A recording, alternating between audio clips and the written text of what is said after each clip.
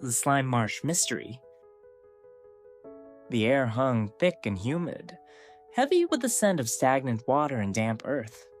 Sunlight, fractured by the overarching canopy of dark oak trees, dappled the marshland below, illuminating patches of lily pads and murky pools. This was the Slime Marsh, a place whispered about in distant villages for its unusual abundance of green, gelatinous creatures. Yet, for Finn, a scholar of the world's most peculiar phenomena, it was not merely an anomaly. It was a puzzle, a living mystery waiting to be unraveled. His small leather-bound journal, already half filled with meticulous observations, rested snugly in his satchel. Finn, a figure lean from countless journeys, his eyes perpetually squinted in concentration, pushed aside a curtain of hanging vines. He surveyed the marsh with an almost reverent intensity. Normal slime activity was well documented. They bounced, they divided, they attacked with simple, predictable patterns. But the reports from the edge of the world, from the few adventurers brave enough to venture into this forgotten biome, spoke of something profoundly different. Slimes here were behaving unnaturally. His first day was spent establishing a meager base camp. He selected a small elevated island, clear of the deepest bog.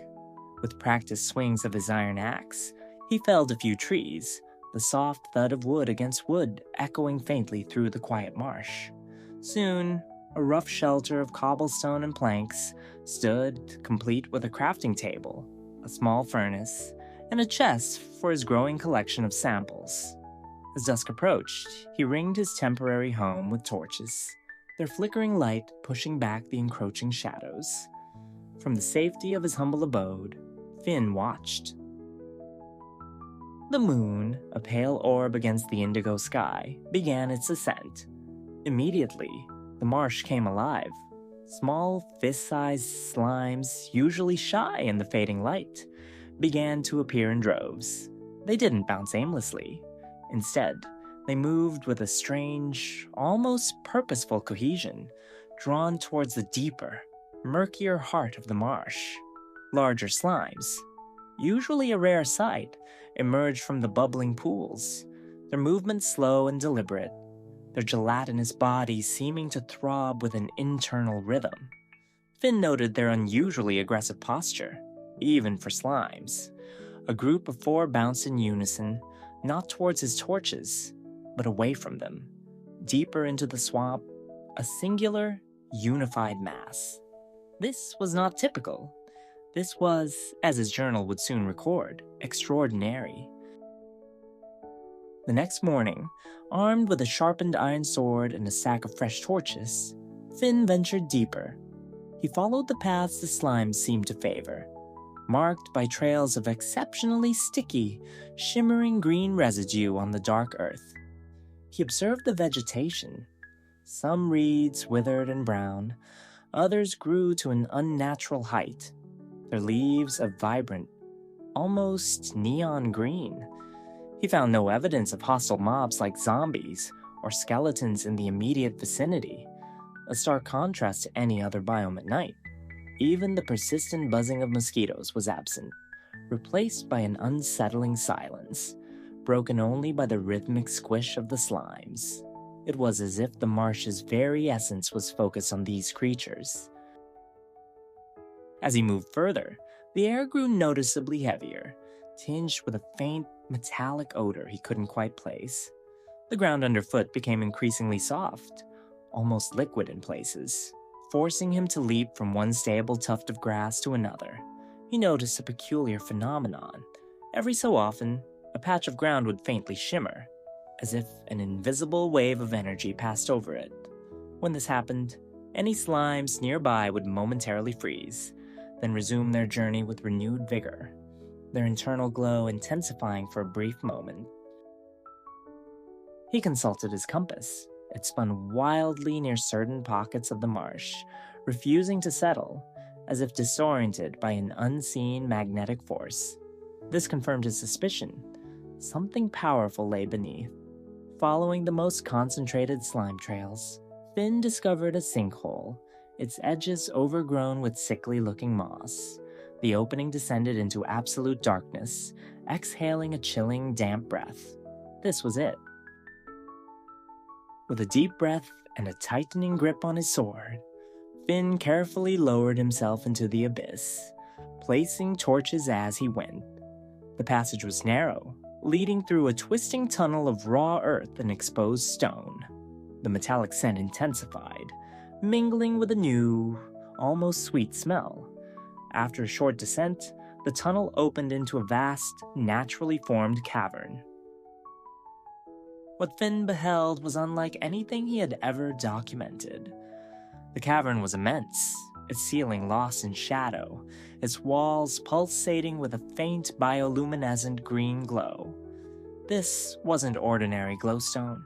Embedded within the rock, and even growing freely from the damp earth, were formations of crystalline structures, shimmering with an inner light, like solidified slime. They hummed, a low, resonant thrum that vibrated through the very bones of the cavern. But the true source of the phenomenon lay at the cavern's heart. Suspended within a pool of glowing green liquid was a monstrous, pulsating orb. It was not solid, yet it held its shape, a monumental sphere of pure, concentrated slime energy. It pulsed within rhythmic beat, like a colossal heart, sending visible ripples of raw energy outwards, through the liquid, through the crystalline structures, and up into the marsh above. Around this colossal heart, hundreds of slimes, some larger than any Finn had ever seen, gathered. They were motionless, seemingly in a trance, absorbing the energy that radiated from the orb. These weren't just the large slimes from the marsh. These were truly colossal, ancient behemoths, their green bodies shimmering with an almost otherworldly luminescence. A low growl rumbled from a shadowed corner of the cavern. A giant slime, easily twice the size of a standard large slime, lumbered into view, its single, unblinking eye fixed on Finn. It was not acting like the entranced slimes. Its movements were deliberate, predatory. This one was a guardian. Its body glowed with an aggressive intensity, its form vibrating with the same energy as the orb. Finn knew he couldn't fight such a creature. His goal was observation, not combat. He backed away slowly, his heart pounding a frantic rhythm against his ribs. He studied the pulsating orb, noting its consistent rhythm, the way the energy waves pulsed outwards. This wasn't a curse, or a disease. It was a natural, albeit extremely rare, geological phenomenon, a living core of pure slime energy, acting as a magnet and a growth accelerant for the slimes above. The slimes weren't cursed. They were simply responding to an incredibly potent natural energy source. He took out his journal, his hands surprisingly steady despite the immense pressure. He sketched the cavern, the glowing crystals, and the colossal, beating heart of the slime marsh. He furiously scrawled notes on the energy patterns, the behavior of the enormous guardian slime, and the strange, metallic tang in the air. This was a discovery of monumental proportions, a biome-defining secret that reshaped understanding of Minecraft's very geology. The giant guardian slime bounced forward, its intent clear. Finn didn't wait.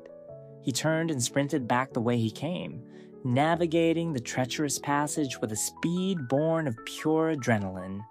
The thudding of the giant slime's bounces echoed behind him, but the narrow passages and his quick, agile movements allowed him to stay ahead. He scrambled out of the sinkhole, gasping for breath, collapsing onto the damp earth of the marsh. The sun was high now, warming his face. He glanced back at the sinkhole, now just a dark maw in the earth, the pulsing energy hidden once more.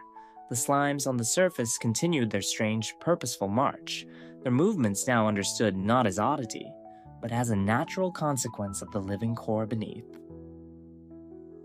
Finn spent the rest of the day meticulously cleaning his tools, packing his supplies, and refining his journal entries. He had come seeking a mystery, and he had found an ecological marvel. He might not have been able to fix the odd behavior of the slimes, for it was not a problem to be solved, but a natural wonder to be observed. As he exited the marsh, leaving behind the peculiar landscape, a quiet satisfaction settled over him. His journal, now heavier, contained the undeniable proof of the slime marsh's captivating, pulsating secret, a secret he would one day share with the wider world. The world of Minecraft, he mused, always had more to reveal, for those curious enough to look and brave enough to venture.